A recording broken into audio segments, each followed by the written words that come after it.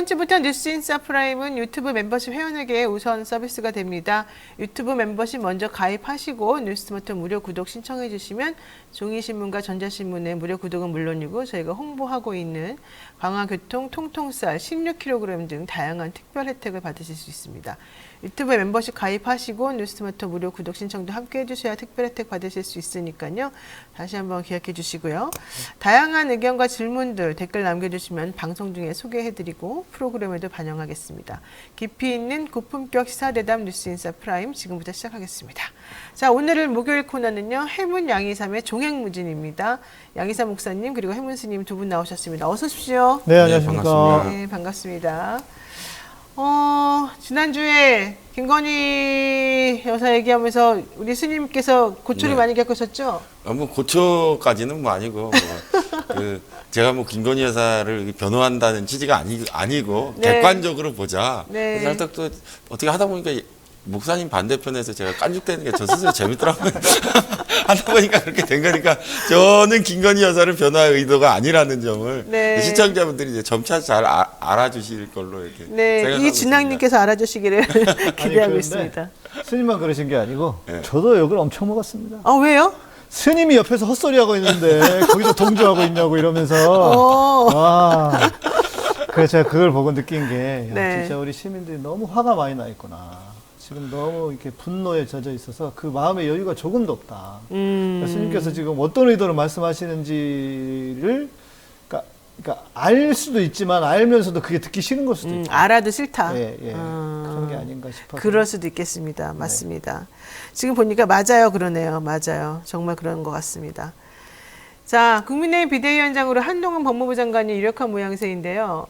한동훈 법무부 장관이 국민의힘 비대위원장이 된다. 이거 어떻게 보십니까? 잘된 일일까요? 저는 그냥 이런 생각이 들었어요. 야, 쟤네들 끝났다. 아, 진짜요? 예. 왜? 왜냐면, 야, 진짜 하는구나. 아, 그러니까 뭐 이제 평론가들이 그래도 한동훈은 안 할 거다. 뭐 이제 그런데 제가 볼 때는 지금 정치 평론하시는 분들이 다들 그렇게 과잉 해석을 하시는 것 같아요. 그러니까 윤석열, 김건희는 지들 하고 싶은 대로 하는데 그렇지 않을 거라고 하는 그런 해석도 하고, 이분들은 우리랑 다른 분들이시잖아요. 다른 세상을 사는 분들이고 다 자기들 마음대로 멋대로 해가지고 성공하셨던 분들이기 때문에 지금도 저는 뭐 그런 그 기조를 바꾸지 않고 있다고 생각을 하는데 이제 문제는 이거죠. 정치라고 하는 것은 이제 뭐가 다를까 생각을 해봤어요. 저 목사나 뭐 스님도 마찬가지. 저희들은 자기가 옳다고 생각하는 걸 말하는 사람들이에요. 네. 그러면 지지를 받고, 뭐 지지를 받을 수도 있고, 뭐 지지를 받지 않을 수도 있지만, 그렇게 사는 사람들이지만, 정치는 내가 옳다는 것만 할 수가 없는 거거든요. 나를 지지하지 않는 사람들을 끌어와야 이기는 게임이 정치인데, 그래서 어려운 것 같은데, 그런 기본이 안 돼 있다, 이 사람들은. 자기들 하고 싶은 대로, 그러니까 쉽게 말해서 그 콘크리트 지지층 30%만 보고 가겠다는 거지 않습니까? 네. 이거는? 그러면 나머지 뭐 반대에 있는 분들 혹은 소위 말하는 중도에 있는 분들이 제가 볼 때는 지금 이 윤석열에 대한 화가 아까 앞에도 말씀드린 것처럼 너무 그게 크신 분들이 많은데 이거는 망하는 길로 가겠다는 거 아닐까요? 그러니까요. 근데 사실 평론하시는 분들도 그렇고 설마 그렇게까지는 안 하겠지 이런 그러니까요. 얘기들을 많이 했는데 네. 그분들은 그런 모든 걸 다 그냥 뛰어넘고 그러니까요. 내가 한번 말했으면 끝까지 간다 네. 이런 것 같긴 해요. 솔직히 말해가지고. 저는 그 한동훈 장관의 비대위원장 유력하다는 이제 보도 계속 연이어고 있는데요. 그걸 보면은 이분들이 좀 목사님 말씀처럼 기존의 정치인과 좀 인식을 달리하는 네. 체계를 가지고 있어요. 네. 아. 그 어떤 인식을 달리하는 체계가 있는데 그거는 뭐 이 사람이 정치 경험이 없어서 오는 것 같지는 않고 정치 경험이 없다고 해서 이렇게 다른 사람의 마인을 경청하고 자기를 양보하는 사람은 많이 있거든요. 근데 네. 그런 게 아니라 이 사람들이 가지고 있는 생각이 달라요. 네, 네. 네, 왜냐하면 자기들은 그 난관을 돌파하는 능력을 가지고 있다라고 기본적으로 이 사람들은 생각하고 있는 것 같아요. 그렇기 때문에 자기가 이 난관을 돌파할 수 있는 어떤 자기가 정책 혹은 방안이 있다고 생각하면 과감히 돌파하는 스타일인 것 같아요.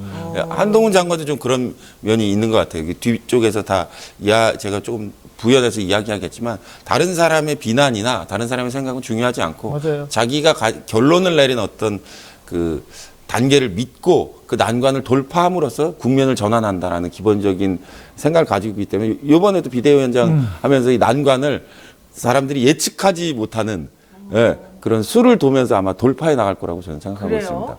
근데 왜 그렇게까지 자기 자신에 대한 믿음과 확신이 그렇게 크죠? 이분들은 그러면? 아니, 그러니까 이제 평생을 그렇게 살았잖아요. 그러니까 뭐 실은 이게 종교인들도 비슷할 수 있는데 잘못하면 네. 그러니까 이제 신적인 권위를 가진 사람들로 생각을 해서 자기는 늘 옳다고 생각을 하거든요. 뭐 그런 목사들도 많습니다.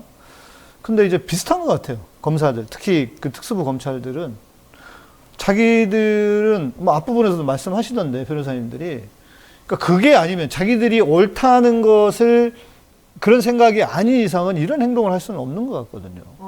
예. 그러니까 그게 그냥 몸에 배어 있고 자기들의 인식.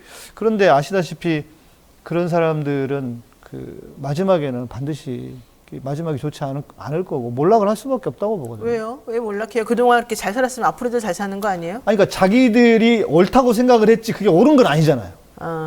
자기들 입장에서는 옳은 거죠. 네. 그러나 우리 시민들이 다 알고 있고 왜냐하면 지금 뭐 뒤에 이야기하겠지만 한동훈 같은 경우에도 얼마나 내로남불 말 그대로 내로남불이고 그렇지 않습니까? 아니라 그러던데 그분들은 자기는 엄청나게 원칙과 상식에 그러니까 자기들은 산다고. 그렇지만 근데 그거를 모르겠어요. 네. 저는 알면서도 그냥 그 속아 넘어가는 사람들이 있기 때문에 그렇게 쓰는 거라고 생각합니다. 그럴 수도 있을 것 같기도 한데 어쨌든 부럽기도 합니다 한편으로는. 그렇죠. 예, 자기 편한 세상 그러니까 사는 거예요. 원하는 대로 내 생각이 옳다 그리고 내가 뭐 맘만 먹으면 다 된다 이런 세상을 살아왔던 거잖아요. 제가 옛날에 어떤 뉴스에서 엄청 봤는데 너무 이게 인상적이어서 기억이 남는데 남을 배려하는 사람이 행복할까 이기적인 사람이 행복할까? 이기적인 게 행복한 거 네, 아니에요? 이기적인 사람이 평균 한 40% 행복하답니다. 배려하는 사람들보다. 네. 그러니까 그렇죠. 이기적인 사람이 행복한 거예요. 그렇군요. 네. 아, 우리가 불행한 거는 좀 불행한 이게 겁니다. 남의 얘기 듣는 사람들은 그 괴로워요. 괴로워요. 네. 양보해야 되니까. 네, 늘 참아야 생각해야 되고. 예, 그렇죠. 그렇습니다. 그런 걸 생각해야 되고 또 네. 다른 사람이 어떻게 생각할까 네. 걱정도 해야 되고. 예, 자기들만 행복한 사람들인 거죠 대신. 남 신경 안 쓰는 게 네, 제일 편하긴 얼마나 하겠군요. 좋아요. 예. 근데 그런 사람들이 잘 되나? 아, 참. 근데 이 얘기를 좁혀서 네. 이제 한동훈이라는 사람을 놓고 보면 이 사람이 제가 이렇게 보니까 그 특징이 있어요. 뭐요? 이제 어떤 특징이 있냐면은 이 대표적인 한동훈에 대해서 말할 때 나오는 게 이제 론스타 먹튀 사건을 이분이 해결한 게 있어요. 그 부분은 론스타라는 이 회사가 우리나라에서 그 금융 한탕 해가지고 페이퍼 컴퍼니를 만들어가지고 가는 거를 한동훈이 잡은 거는 맞아요.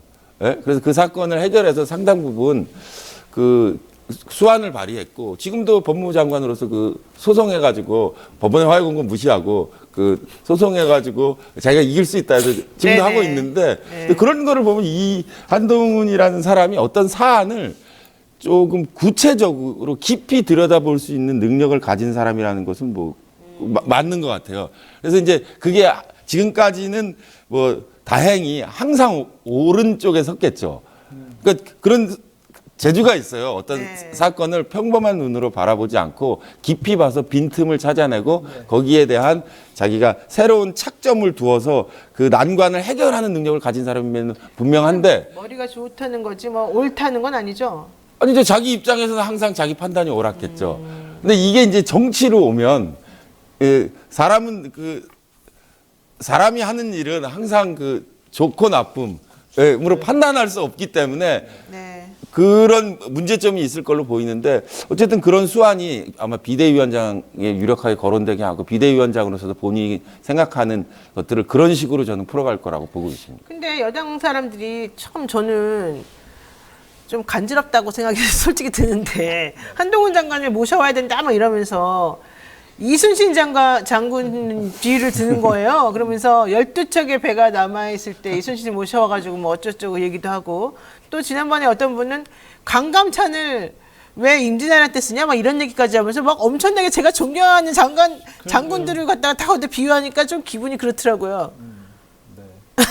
스님은 큰 불만이 없으실 것 같아요. 아니 근데 그래요? 그게 불만이 아니 없어요? 그만이 아니라 그 잘못된 거예요. 왜냐하면 이순신과 강간자는 외적과 싸운 사람이고 지금 네. 한동훈 그 장관이 싸우고 있는 사람은 외적이 아니고 같은 국가의 민주당이라는 다른 정당과 싸우는 건데 그 사람들을 죽여야 되는 게 아니거든요. 물리쳐야 되는 게 아니고. 그러니까 이 수사의 과잉이죠. 이 수사의 과잉으로 마치 이순신과 관감처럼 돼가지고 민주당을 죽이고 물리쳐야 되는 상대가 아니라 이 난관을 극복할 때 이순신과 강간전의 비유가 아니라 뭐 이렇게 여러 정치가라든지 그 내정을 포용했던 사람들 많이 있잖아요. 뭐 영조의 탕평책이 필요한다든지 네. 뭐 이런 비유를 해야 되는데 너무 과하게 하고 있기 때문에 계속 분쟁이 일어나는 거 아닌가. 민주당을 외군으로 보는 거예요? 그렇지 거란이나 뭐 도요토미 히데요시를 보면 안 되죠.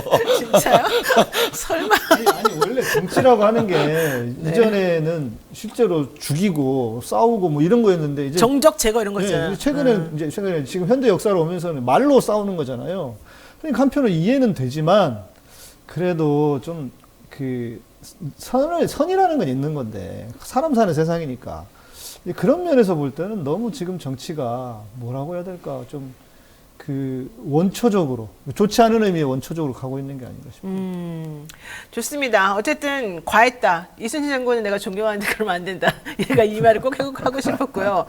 한동훈 장관이 보수 차기 대권 1위랍니다. 그러니까 차기 대권 주자에 대한 걸 물어보면 이재명 대표가 1등, 그다음에 2등이 한동훈 장관 이런 식으로 나오더라고요, 항상. 그러면은 한동훈 장관이 결국 보수 세력 중에서는 대권 주자 1순위란 얘기인데 이거 어떻게 보십니까? 근데 그것도 다 언론이 만들어낸 작품 아닙니까? 아, 그래요? 왜요? 아니 뭐 조금만 나오면 예를 들면 그 기본적으로 사람의 태도 네. 그 태도가 중요하고 대부분 사람들이 태도를 보는데 메시지보다는 태도인데 기본적으로 그 소위 말하는 깐족대망이잖아요. 네, 너무 좀 심해. 깐족대망. 아무리 좋게 보려고 해도 이게 지금 너무 심하고 최근 발언도 마찬가지고 또 법무부 장관이 되기 전에도 실은 핸드폰 비번도 다 사람들이 오잖아요. 핸드폰 비번이나 까라고. 네. 어찌 보면 그 자기 스스로가 범죄자예요.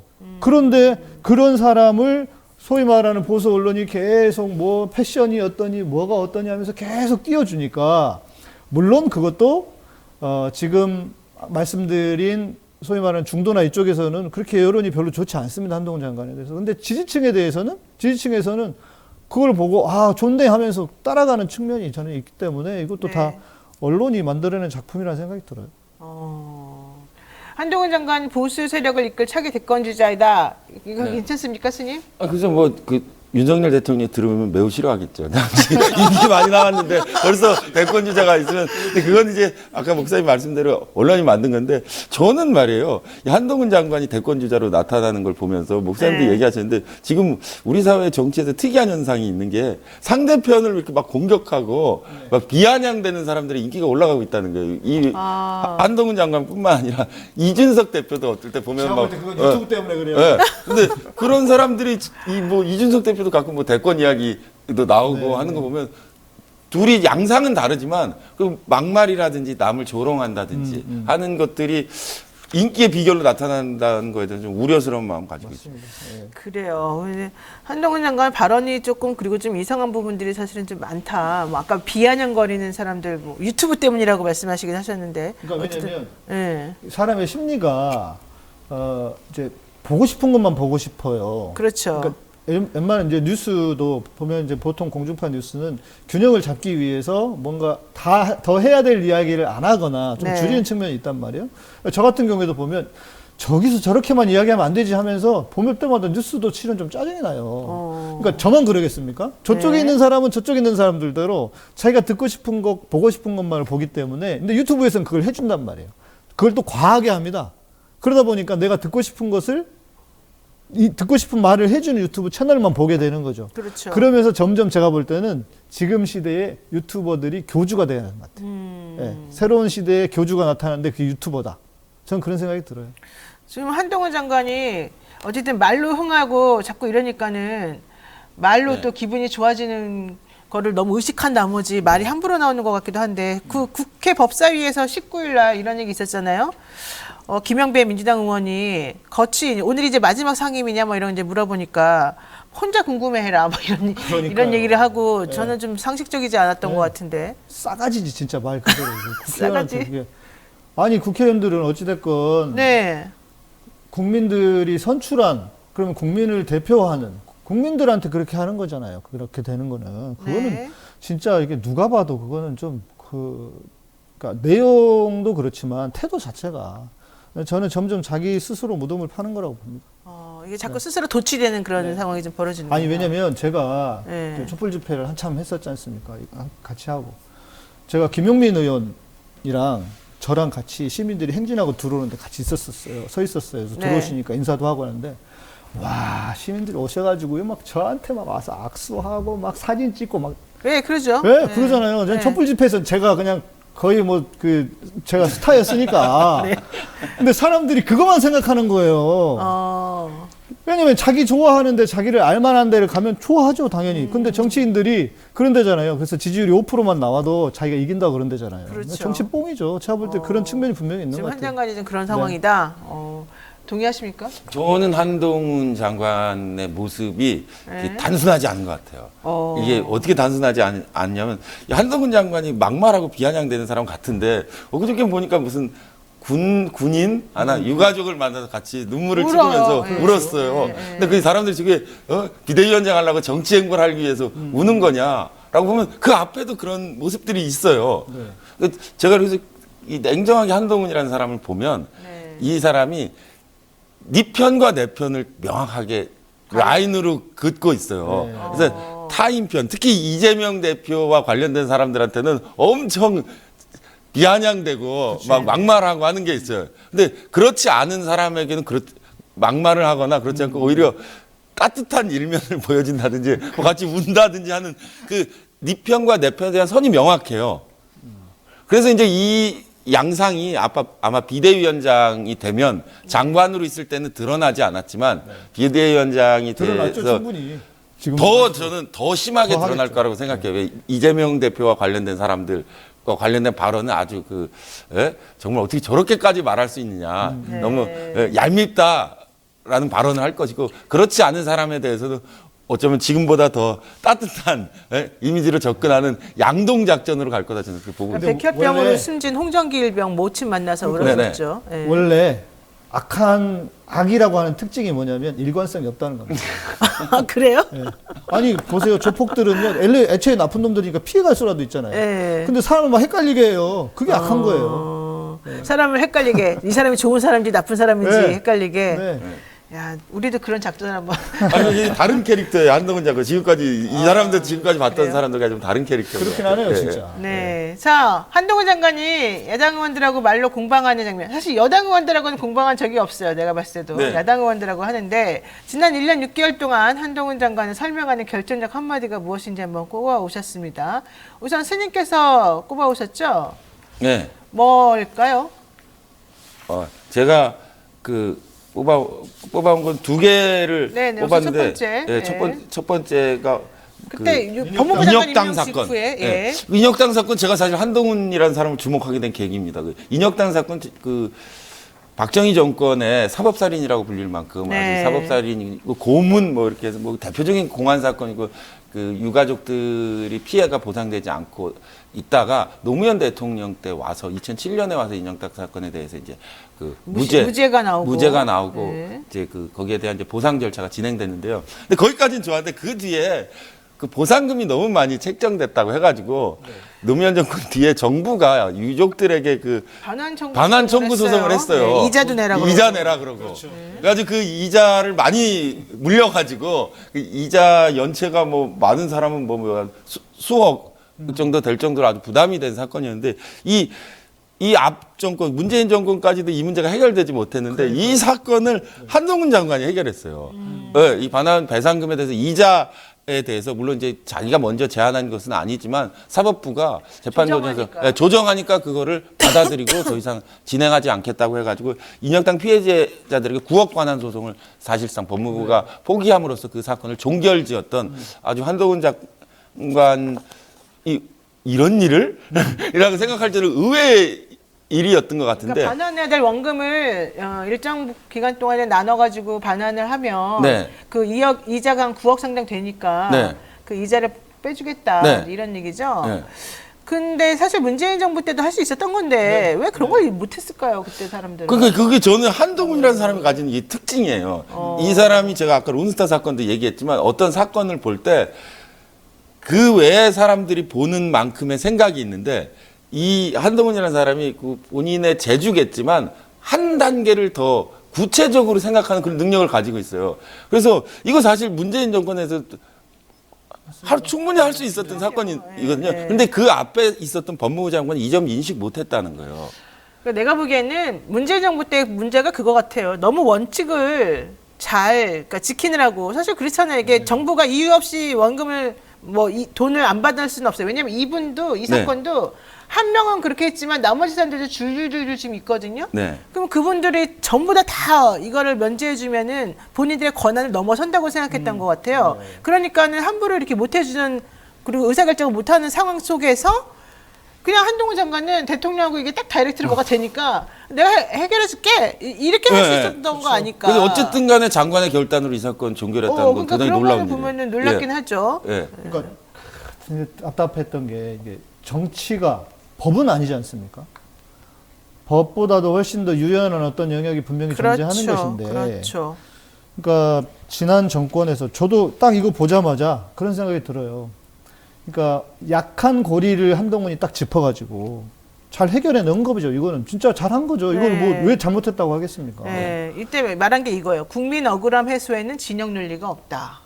말은 진짜 네, 진짜 잘해요. 말은 잘하죠. 그러니까 이 한동훈 장관이 이런 착점을 해요. 다른 사람이 생각하지 못했던 한 발 더 들어간데 자기가 착점을 해서 그 착점한 상태에서 앞에 걸 뒤집어 버리는 거죠. 그러니까요. 그런 능력을 가지고 네. 있어요. 그러니까 이게 지난 정권에 저는 뭐 게으름과 나태함이죠, 솔직히. 예. 게으른 건 나태합니다. 예. 충분히 해결할 수 있었던 문제를 그렇죠. 왜 깊이 들여다보지 못하고 아니 민주정권에서 유연하지 못하고. 예, 시민들이 원하는 게 뭡니까? 그렇죠. 이런 거 먼저 해결해 달라는 건데. 네, 제가 볼 때는 그거는 그 앞에 법무부 장관, 박범계라든지 추미애 장관이 할 수 있었는데 왜 못했느냐 그 사람들 눈에는 보이지 않아요. 이게 왜냐하면 이 기존에 그런 사람들의 진영의 논리라든지 지금 한동훈 장관이 비판하는 것처럼 다른 일이 더 선급받다고 생각했는데 거기까지 가지 않았는데 네. 이 한동훈식으로 접근하면 구체적인 사안에 대해서 자기가 착점해 놓고 앞에 논리를 뒤집은 거죠. 그래서 우리도 지금 얘기할 때 그 문재인 정권 왜 이거 못했냐고 거꾸로 그 사람들을 비난하게 되는 거예요. 그런 재주를 가지고 있어요. 근데 오히려 그때 만약에 해줬으면 또 상대방 쪽에서 니네는 그쵸. 왜 또 했냐고 이런 것만 욕할 하냐. 수도 있죠. 예. 근데 오히려 상대방 쪽에서 이걸 해주니까는 아무도 말을 그렇죠. 못하는 거 아닐까. 오히려 박수 받고. 생각합니다. 네. 자, 목사님도 정하셨죠? 어떤 네. 걸 골라오셨을까요? 저는 뭐 좀 사진 나갈 것 같긴 한데. 네, 명품 가방. 네, 명품 가방 관련해서 물어보니까 네. 이렇게 대답을 했다는 거예요. 민주당이 저한테 꼭 그런 거 물어보라고 시키고 다닌다 그러던데요. 이게 무슨 말이에요?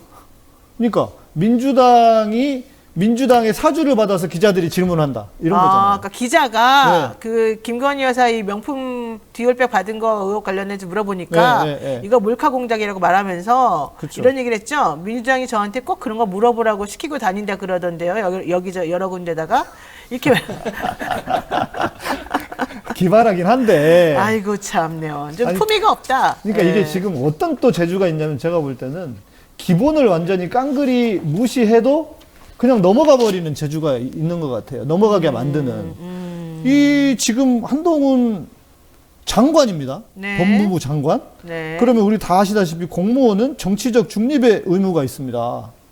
제가 공군 군목으로 9년이나 있었거든요. 그러셨구나. 군인이잖아요. 네네. 정치적 활동을 할 수가 없어요. 그렇죠. 하면 안 되죠. 저 그래서 노사모도 가입 못했습니다. 그 당시에 했어야 되는데. 씨. 뭐야 이게 지금.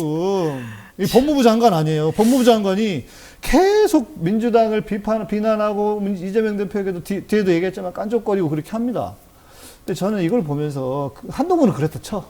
원래 그런 인간이니까. 근데 민주당은 도대체 뭐 하고 있나. 그러니까 물론 뭐 너무 저열한 공격이니까 거기다 응대를 하면 또 똑같아지니까 그런 것도 있겠죠. 저희가 살다 보면 그런 게 있잖아요. 막 너무 기가 차면 아예 말 자체를 안 하게 되는 것도 있지만, 그러나 이게 한두 번이지.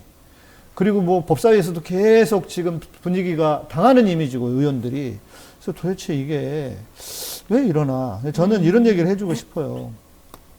윤석열, 김건희에 대한 혐오 정사가 지금 너무 많이 올라가고 있다. 아까 말씀드린 30% 빼고 60, 70%는 지금 그냥 거의 분노를 넘어서 혐오로 단계로 넘어가고 있는데, 그렇기 때문에 저는 민주당이 더 강하게 나가도 된다고 생각합니다. 지금은. 그러니까 이전의 어떤 정치적인 상황과 좀 다르다. 아니, 나라를 지금 뭐 일본한테도 다 갖다 바칠 지경이고 이런데 그걸 보고 좋아하는 국민들이 몇이나 있겠어요. 그렇죠. 예, 그러면 강하게 나가도 된다. 제발 민주당이 좀 그랬으면 좋겠습니다. 하나 더 골라오셨죠? 네. 그게 이제 지난번에 그 이재명 대표 단식하다가 단식하고 있는데. 병원에 실려갔는데 네. 이재명 대표 병원에 간 날에 한동훈 장관이 잡범도 이러면 뭐 그 해줘야 되느냐. 그러니까 저는 이런 것 같아요. 아이고 참. 뭐 눈에는 뭐만 보이고. 그러니까 이재명 자해한다고 수사 멈추면 잡범도 따라한다 뭐 이런 얘기였던 것 같아요. 네. 그래서 뭐 눈에 뭐만 보인다 이런 생각이 드는데, 아까 앞에도 말씀드렸지만 핸드폰 비번을 안 까는 거는 뭡니까? 그리고 영수증이 휘발됐다. 와, 우리가 지금 이런 걸 보고 살아야 되냐 이 말이에요. 지금 저는 오늘 아침에도 일어나서요. 야, 내가 지금 대한민국에 살고 있는 게 맞나? 이런 뉴스들이 도대체 어쩌다가 지금 이런 상황이 됐나? 네. 그러니까 이런 걸 이 자체가 저는 정말 우리의 비극이라는 생각이 듭니다. 그러니까 목사님 말씀대로 저 얘기 너무 지나치죠. 근데 제가 아까 말한 대로 한동훈이 가진 코드를 보면, 네. 예, 그러니까 이재명 대표와 관련된 사항이라든지 적이라고 생각하는 사람들에서 약간 심하게 얘기하는 경향이 있어요. 네. 약간 심하게, 매우 예, 심하게. 매우 심하게. 예? 그러니까 저렇게까지 관료가 사실 얘기 네, 안 하거든요. 그러면 안 되죠, 국무위원이 그리고. 예? 야당 대표에 대해서. 근데 저분의 머릿속에 그 공격 대열 매뉴얼이 제가 볼 때 존재하는 것 같아요. 이재명 대표에 대해서는 이렇게 얘기하고, 방어하는 거에 대해서는 이를테면 논리적으로 미러링이라고 해가지고, 네네. 예, 거기에 대한 답변을 하는 게 아니라 동일한 비아냥을 돌려주는 쪽으로 해결하는 그런 매뉴얼을 가지고 있는 거예요. 비아냥 상대방들은 안 했어요. 자기가 먼저 만든 미러링이 아니에요. 본인이 먼저 시작하는 자기가 거야. 먼저 한 거죠. 자가 먼저 한 건가요? 미러링은 남이 먼저 하면 그건 반사지. 이건 그게 반사, 아니잖아. 이런 게 미러링이지. 이거는 반사가 아니라 그냥 자기가 먼저 창조적으로 공격하는. 그럼요. 아니, 그런 독특한 매뉴얼을 가지고 있어가지고 앞으로 저런 모습이 아마 계속 재현될 거라고 치졸하다. 치졸하다. 보고 있습니다. 이제 유시민 장관 생각이 납니다. 네. 유시민 장관이 그 노무현 정권 때 참 너무 시원시원하게 저희 지지자 입장에서는, 그런데 중간에 있는 사람들은요, 맞는 말을 참 싸가지 없게 한다. 맞는 말을 해도 얄밉다. 네, 이랬어요. 싸가지 없게 한다 네. 이거였거든요. 근데 감히 비교할 수는 없지만 약간 그런 흐름이 좀 있는 것 같아요, 한동훈에게는. 네. 우리 또 스님이 마지막으로 하나 시간이 네. 없으니까. 오늘도 하다 보니까 어떻게 한동훈 장관 좋은 얘기를 자꾸 갖고 와서 또 욕먹는 거 아닌지 모르겠는데, 이 사건도 제가 한동훈이라는 사람을 약간 다시 평가하게 했던 사건인데요. 4.3 사건 일반 재판 수행인에게 직권 재심을 청구하라라고 했던 4.3 사건에 대한 법무장관의 발언이 있습니다. 이것도 좀 놀라워요. 4.3 사건에 대해서 사실 노무현 대통령이 최초로 대통령으로서 제주도민들에게 사과했던 굉장히 역사적인 그런 연설이 있기도 한데요. 이 4.3 사건에 대한 그러니까 후속 조치가 법률적으로는 이루어지지 못하다가 기존에는 그러니까 군사 재판을 받았던 사람들에 대해서 재심은 됐는데 일반 재판 받았던 사람들이 재심 허가 안 했어요. 그랬죠. 근데 법무부 장관이 되고 나서 한동훈 장관이 제주도 가서, 예, 이 문제에 대해서 일반 재판 수행인에 대해서도 내가 직권 재심을 청구해서 무죄 받아주겠다. 억울함을 풀어야 된다고 해서 실제로 시간이 지나서 약 70명 정도 현재 일반 재판으로 유죄됐던 사람들의 억울함을 무죄로 돌려서 풀어준 사건입니다. 네, 법무부는 상식과 정의를 기준으로 국민들의 억울함을 해소하고자 했다. 거기에 진영 논리나 정치 논리가 설 자리는 없을 것이다. 네. 네, 항상 말은 진짜 말을 진짜 멋있죠. 너무 훌륭해 이거는. 아. 맞습니다. 그러니까 이런 재주가 있어요. 이 구체적인 사안으로 자기의 말을 진영의 논리가 아니라 구체적인 그러니까 법률가니까 네. 그 어떤 제안이나 행정적인 조치 뭐 이런 걸로 그 자기의 발언을 이렇게 뒷받침하는, 기존의 정치인은 주로 말로 하잖아요. 에? 최선을 다해서 아주 잘 열심히 하겠다 끝나는데 이 한동훈이라는 사람이 그 특이하게 자기의 발언을 정책이나 제안, 조치 이런 걸로 뒷받침해서 증명하면서 마지막에 이런 이야기 하나 딱 붙죠. 네. 예? 진영 논리나 정치 논리가 설 자리는 없을 것이다 해서 그러면 민주당은 그동안 왜 안 한 거야라는 네. 논리로 돌아가서 자기 스스로 반성하게 하는. 스님들 전화 한번 해보십시오. 카톡 한번 해보시고. 그러니까 자, 이것도 참 네. 안타까워요. 예. 왜냐하면 원래 그 이 4.3 사건이 수면으로 부각되게 한 게 추미애 장관, 추미애 의원 시절이거든요. 그래요, 맞아요. 그런데도 그거는 다 사라져버리고. 그 과실은 또 여기서 맺어버리네요. 그러니까요. 네. 네. 자, 오늘 말씀 여기까지 듣겠습니다. 종교지도자와 함께 종횡무진 질문하고 가르침을 얻어보는 시간. 지금까지 해문 양이삼의 종횡무진이었습니다. 두 분 말씀 고맙습니다. 네, 감사합니다. 감사합니다.